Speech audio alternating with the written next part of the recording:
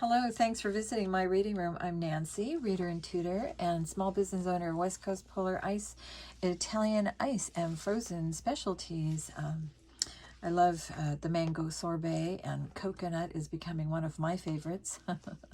Summer is approaching, and I will be available for events and birthday parties and so forth. And you can catch me down at Oceanside Pier during the summer, the weekends, on hot weekends.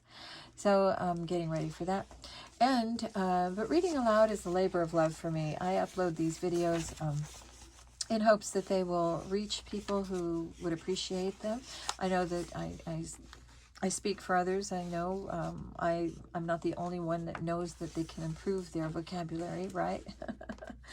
And so these are not age discriminatory. I'll just lay it out there. This is for everybody, anybody who wishes to learn new words and improve their vocabulary. So there you have it. Okay, so we are reading from Wordly Wise, and I'm going to upload some words and their meanings, their definitions, followed by a short reading that incorporates all of the words that we are going to be learning about. Wordly Wise 3000, it's book 10. It's by Kenneth Hodkinson and Sandra Adams, and this is the second edition.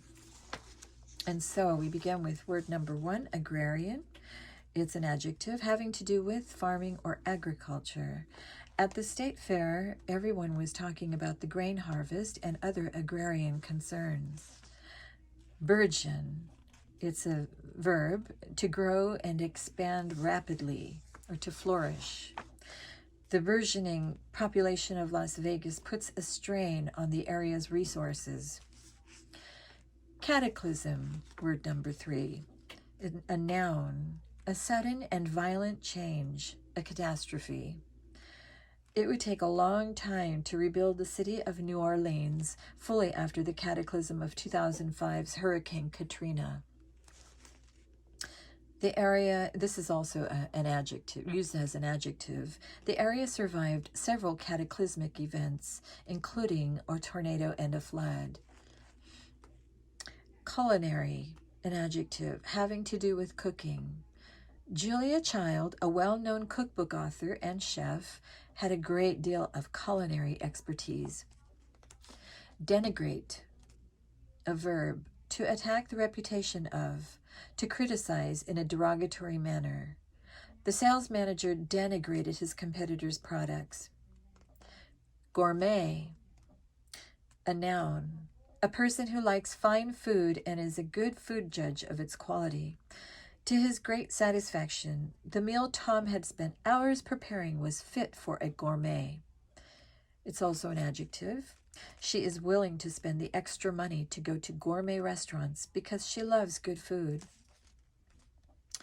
Grandiloquent, an adjective, using lofty or pompous speech or expression.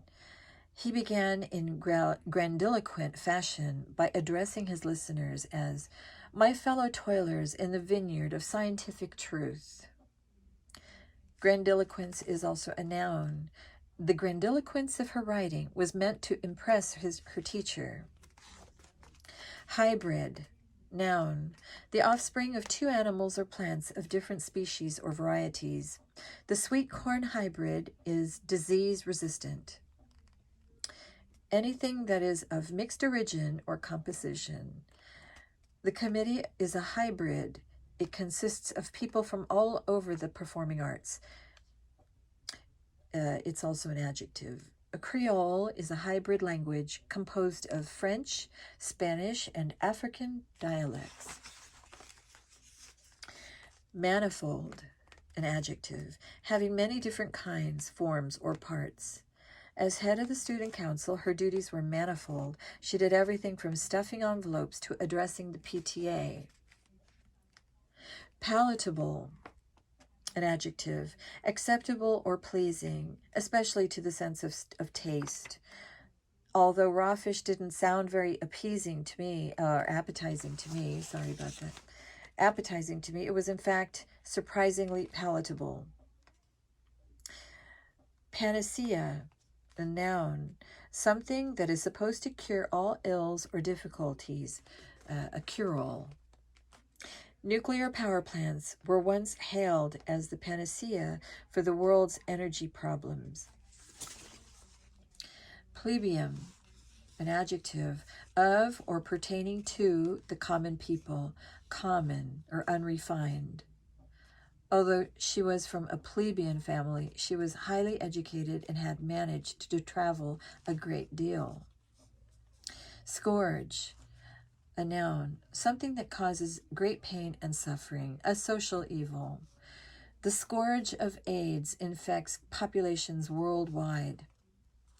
It's also a verb, to punish severely, especially by whipping, to devastate.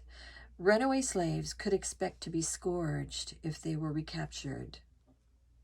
Stalemate, a noun, a halt in a struggle because both sides are equally strong and neither side will give in, a deadlock.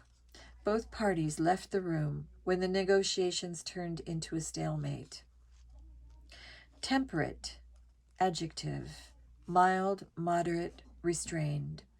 Josh doesn't like living in a temperate climate. He prefers the extreme heat of the tropics. And that was the last word. And now we get to the reading. The reading passage is boiled, baked, mashed, or French fried. Potatoes rank with rice and wheat as one of the world's main food crops.